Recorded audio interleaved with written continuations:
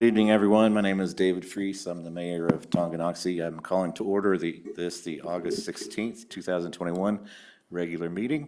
Mr. Porter, would you call the roll, please? Ms. Stevens. Here. Mayor Freese. Here. Mr. Hempel. Here. Mr. Donnelly. Here. Mr. Dale. Here. Ms. McCutcheon is absent, Mayor. Thank you. Would you join us in the Pledge of Allegiance, please? Pledge allegiance to the flag of the United States of America, and to the republic for which it stands, one nation, under God, indivisible, with liberty and justice for all. Thank you, everyone. Item 2 on our agenda is approval of minutes. Are there any questions about the minutes? Or if not, I would entertain a motion. Mr. Mayor, I'd make a motion to approve the minutes. Thanks, Ms. Stevens. Is there a second? Second. All in favor, say aye. Aye. All opposed? Motion passes unanimously. Item 3, the consent agenda, the review of bill payments. Does council, do you have any questions, or would you like to make a motion at this point? I make a motion, we approve the consent agenda. Thank you, Mr. Hempel. Is there a second? Second. Thank you, Mr. Dale. All in favor, say aye. Aye. All opposed? Passes unanimously. Thank you. Under old business, we have nothing listed, so that puts us to item number 5, new business. Letter A, consider approval of final plat for Tonganoxie Business Park, second plat. Mr. Brakovich. Thanks, Mayor. This item is part of the Hills Pet Nutrition Project. So on August 5th, there was 2 items that went before the Planning Commission. That was the final development plan and the final plat. Both of those items were unanimously approved by the Planning Commission. Therefore, the final plat comes before you tonight because as a governing body, you are asked to accept the public easements that would be recorded as part of the plat.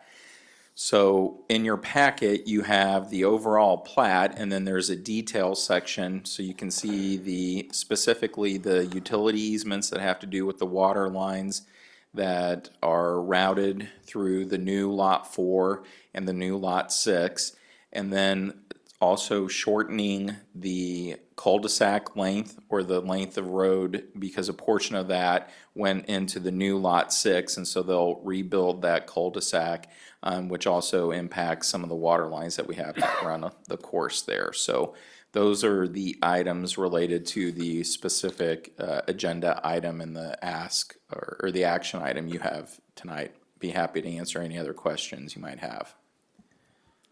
I don't have any questions. How about you, council? Nope.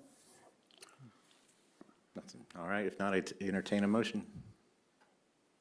Mr. Mayor, I'd like to make a motion to accept the dedication of the land for public purposes and approve the final plat for the Tonganoxie Business Park, second plat, final plat, subject to conditions A through D outlined in city planner's staff report dated July 30th, 2021. Thank you, Mr. Hempel. Is there a second? Second. Thank you, Mr. Dale. Mr. Porter, will you call the roll for the vote, please? Ms. Stevens. Yes. Mr. Hempel. Yes. Mr. Donnelly. Yes. Mr. Dale. Yes. All ayes, Mayor. Motion passes. Thank you. Thank you, Mr. Porter. Moving on to item B, consider approval of proposal from Denton Excavating. Mr. Brakovich? Yes, thanks again, Mayor. So the second item has to do with the structure at the fire damage structure at 602 Yoki Street. You'll probably recall that there was a fire at that location back in March of this year. We worked for a long period of time with the homeowner to see if the homeowner would work towards a resolution. The structure was damaged beyond repair and according to city code needed to be demoed.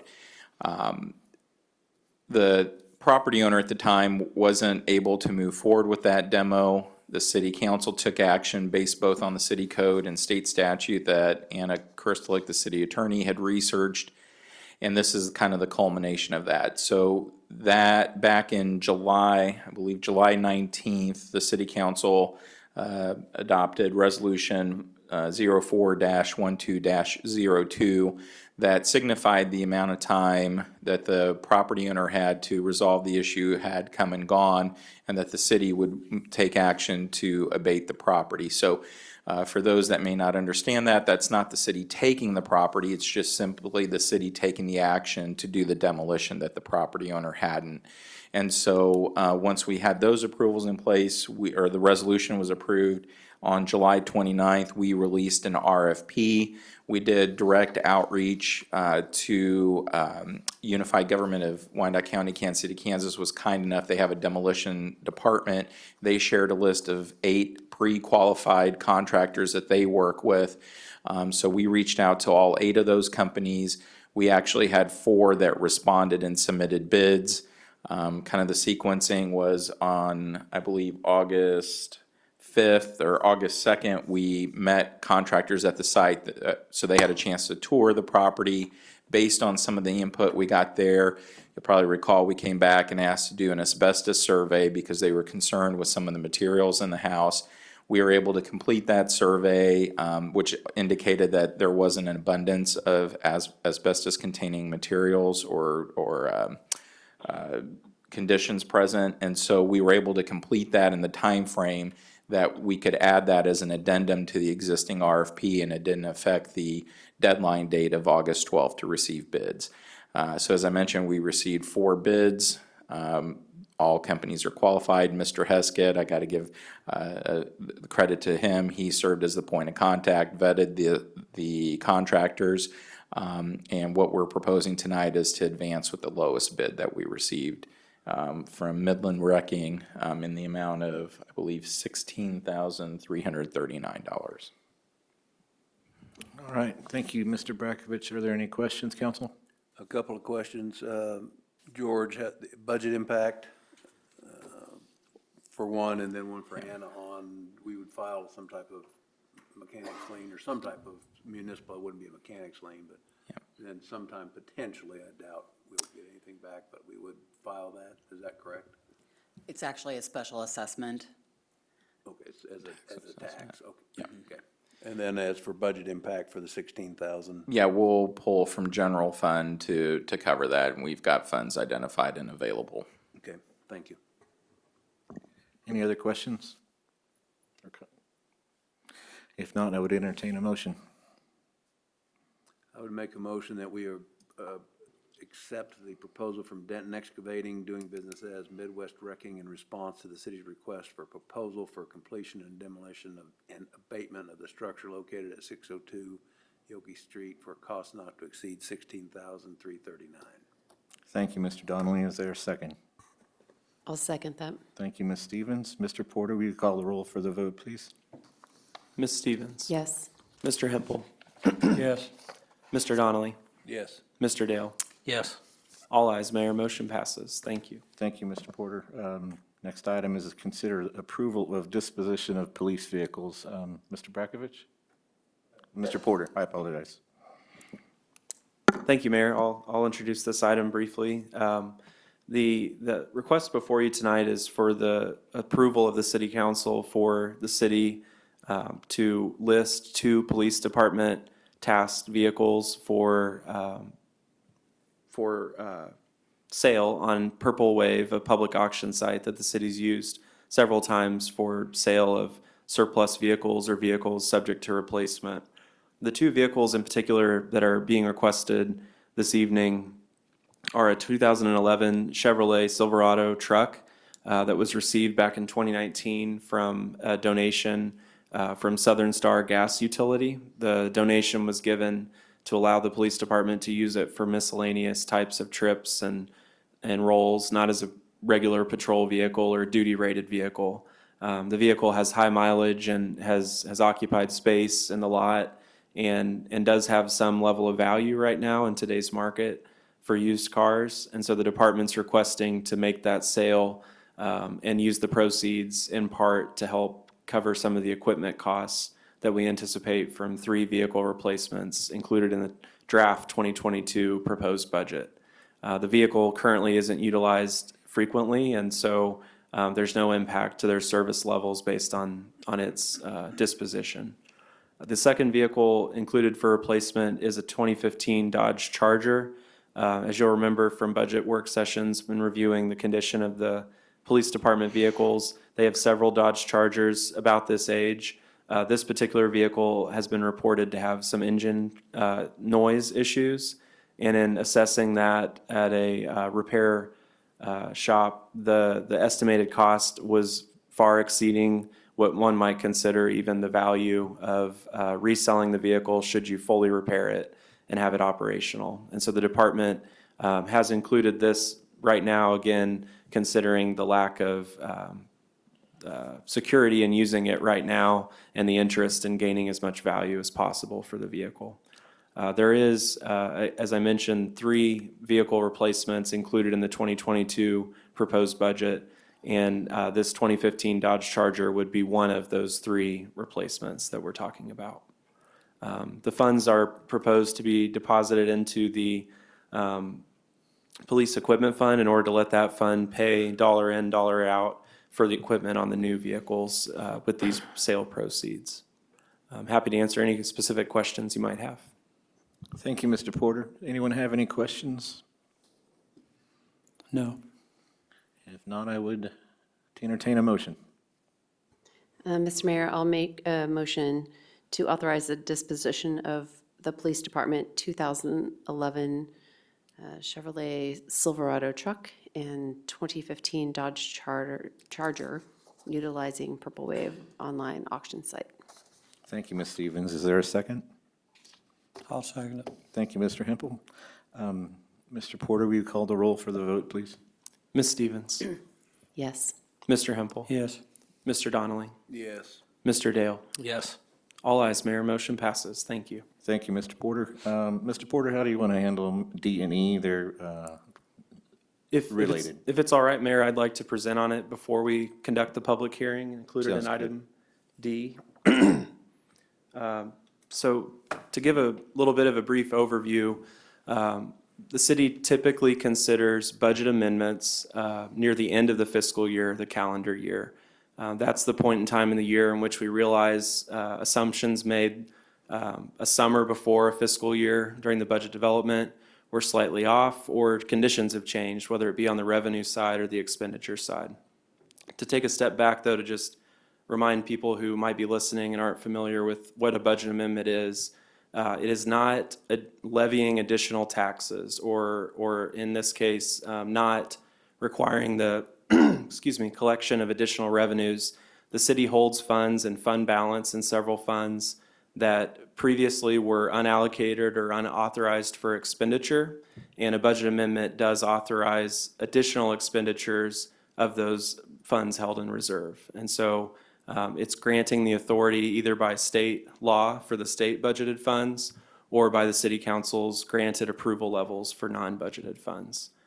So the funds we're talking about this evening to consider for that process are 6 funds budgeted by the state: the general fund, the water operations fund, the sanitation fund, trash and recycling, the stormwater fund, the city's special highway fund for road maintenance, and the city's capital projects fund. The agenda statement included in the packet for this evening and shown on the screen on the columns here in the room demonstrates the amendment or the change in each of those funds and includes notes about the drivers behind each of those changes. The publication of the 6 funds budgeted to the state was completed at least 10 days ago, and we've confirmed that that was indeed published correctly. What the publication allows is after the conclusion of a public hearing tonight, the city council can, by motion, move to adopt those budget amendments as shown in the notice included in the newspaper. I'll walk through really quickly just a quick overview of each of the fund amendments, and if anyone has any questions, I'm happy to go into more detail. The general fund, as you can see, doesn't show any increase in overall budget authority. The fund does budget down to $0 in every year, annual budget, and so the adjustment being included and just shown tonight for transparency is adjusting expenditures between departments to address the proposal to change the code enforcement handling from a specific part-time position that's currently vacant to a coordinated effort with the current fire department FTE, and changing that role as has been discussed in budget work sessions. This will also, in the general fund, it doesn't have that in the notes, but it does also factor in a cost of about $17,000 to cover the incurred costs that were recently approved earlier this meeting for the abatement of 602 Yoki. That'll later be recompensated to the city through the special assessment process. The Water Operations Fund does show an increased expense of $175,000. That amount does include costs that the City Council previously approved for the water tower engineering services and design services. Those costs are anticipated to be either financed long-term with debt or potentially included as part of a EDA grant submittal that the city's queuing up for funding support right now. The Sanitation Fund shows a budget amendment of $48,000, and that allows, as we've talked about before, every year at the end of the year, we are close on whether we have legal authority to collect the level of revenues in the trash and recycling fees and then remit those on to Honey Creek.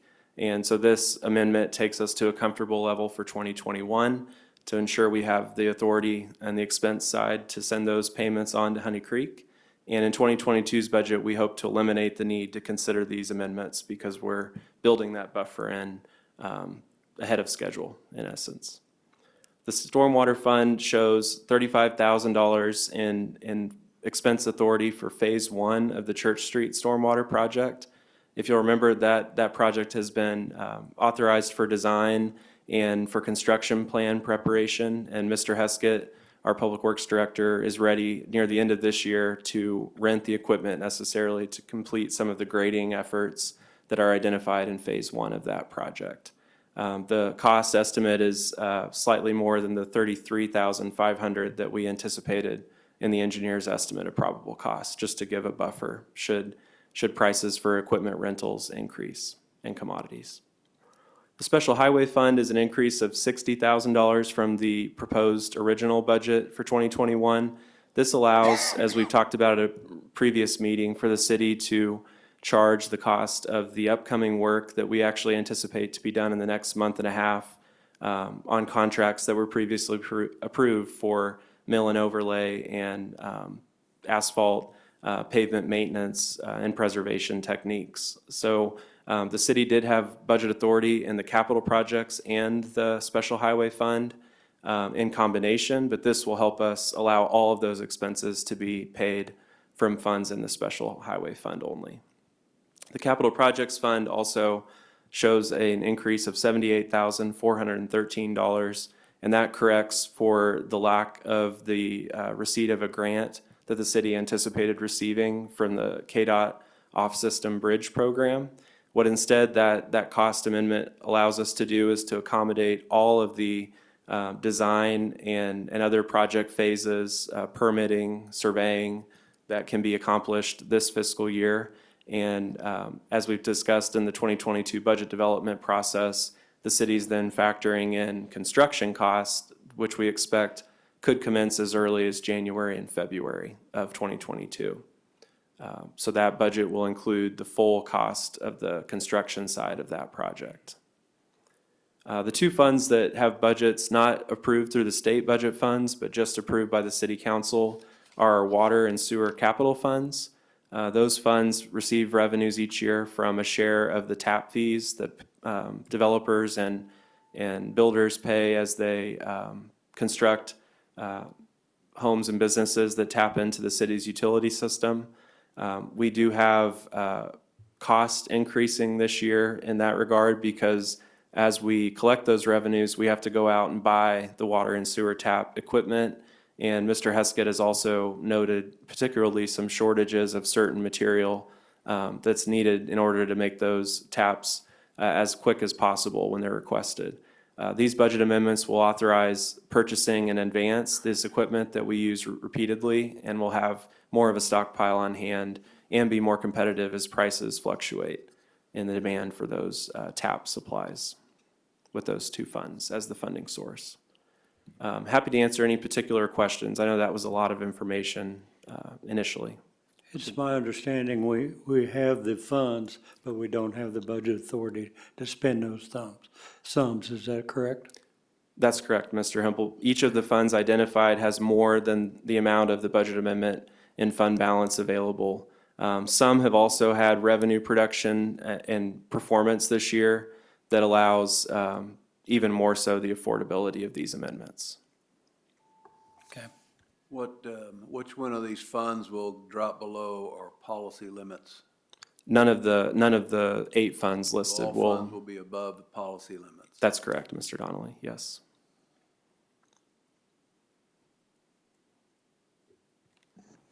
Any other questions? Okay, I guess then at this time I'll open the public hearing Thank you, Mayor. for the budget, 2021 budget amendment for general fund, water operations fund, sanitation fund, stormwater funds, special highway fund, and capital projects fund.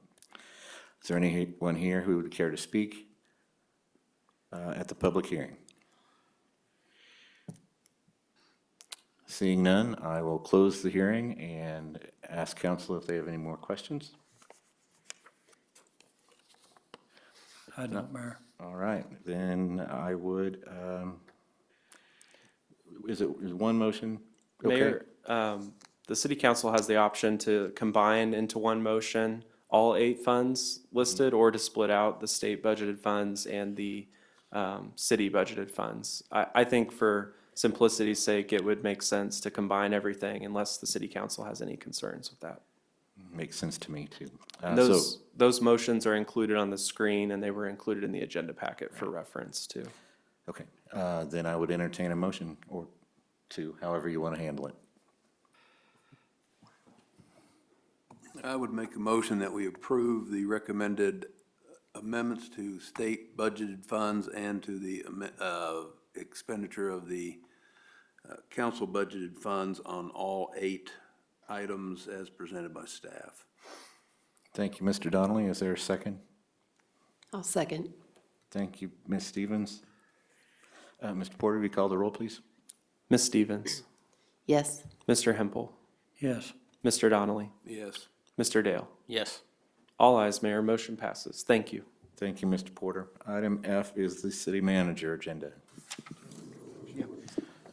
Thanks, Mayor. In the packet tonight is a memo from Mr. Porter, and he'll go through the details, but I just wanted to introduce the item. So at some point in our budget development for next year, one of our work sessions, I believe Mayor Pro Tem Hempel had asked for, I'd like to see the budget broken out in terms of what the base budget is, what the departmental requests at the city level is, what all of the outside agency requests are, and how does each one of those look in the overall mill levy, and specifically how do we account for the funding of those requests through the mill levy, and that's keeping a flat mill levy, which is what we had posted as our maximum mill for next year. And then in the chance that there's any funds left over, how much is that in total funding, and what portion of the mill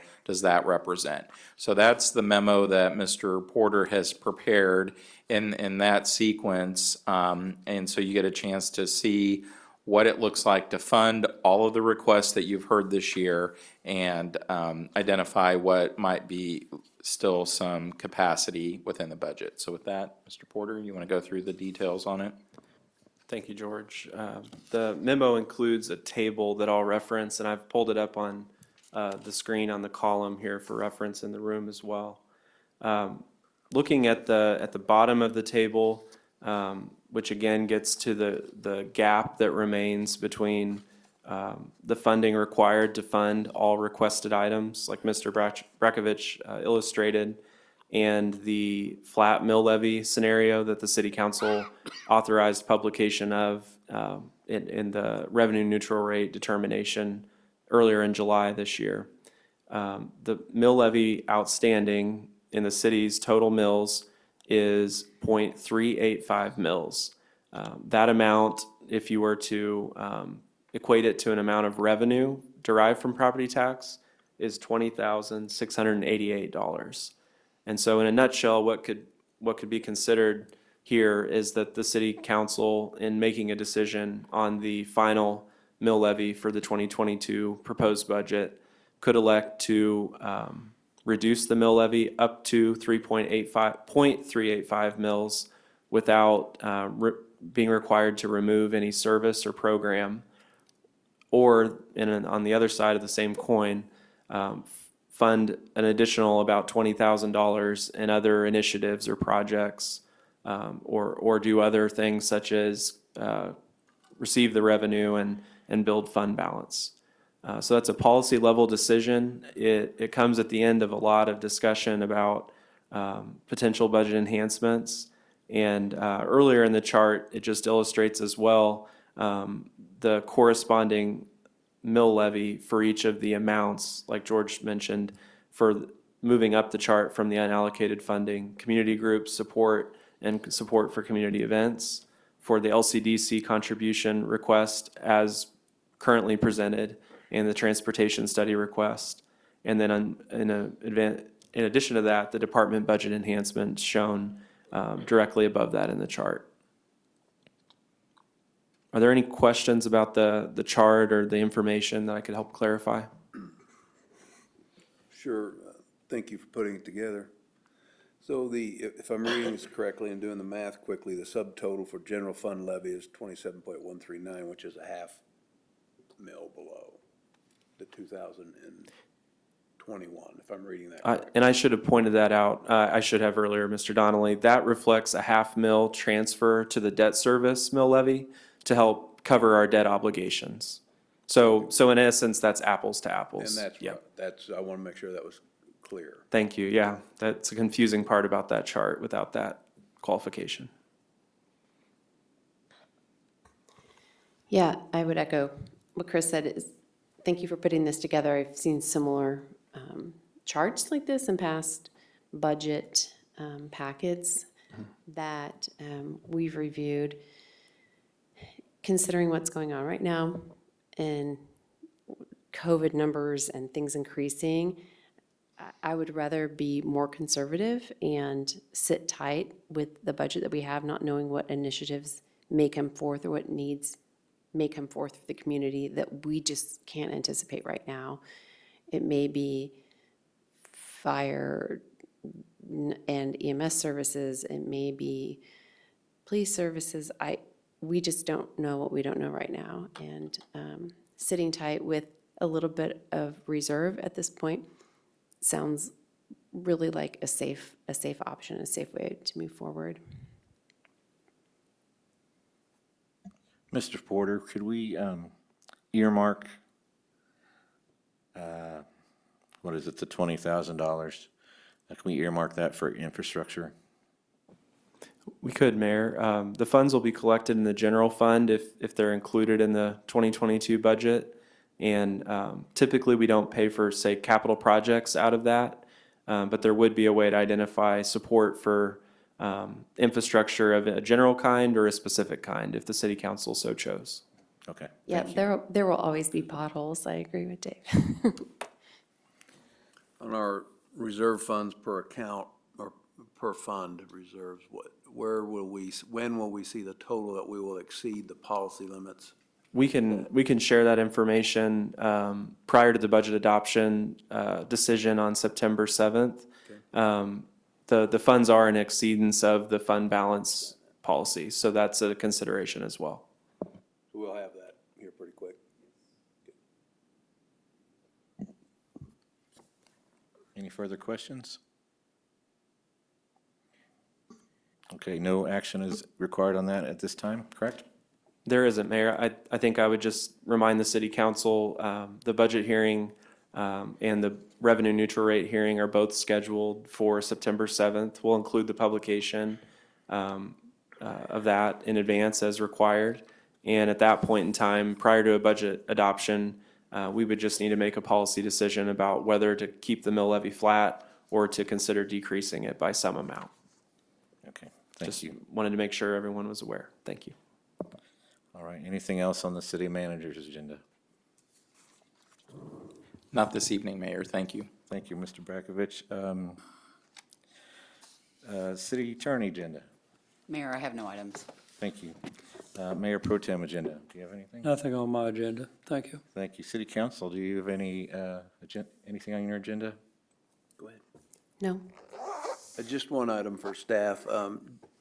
Our trail system, I've been asked if there's any way if we could clean some of the stuff off the trails that run between the highway bridge and up to the post office. It looks, some of those sidewalks, I've had, a lot of people walk on it, lots of use. But some have been covered up and they get flooded. Especially this last rain, you couldn't use it because it floods the sidewalk all the way. And there's quite a few walkers that walk out in the grass or they just turn around and go back. So that's something somebody asked a couple of times. I keep forgetting. So I'm doing my duty to bring that up. There's about 3 spots that could use a little TLC. I don't think it would take much, but it improves some draining. And then Chapman Services, when they drive their trucks out of mud, you could get 2 to 3 inches of mud on the trail. They don't really have a paved driveway.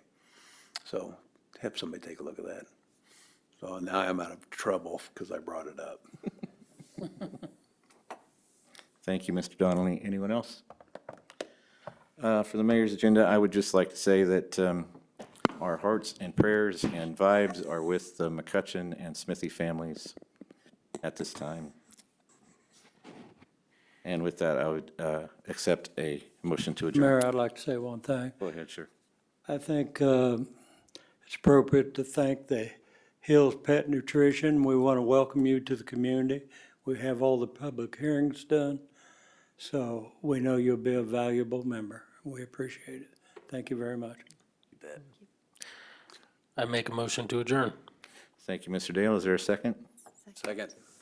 All in favor, say aye. Aye. Aye. All opposed? Motion carries unanimously. Thank you, everyone. See you in a couple weeks.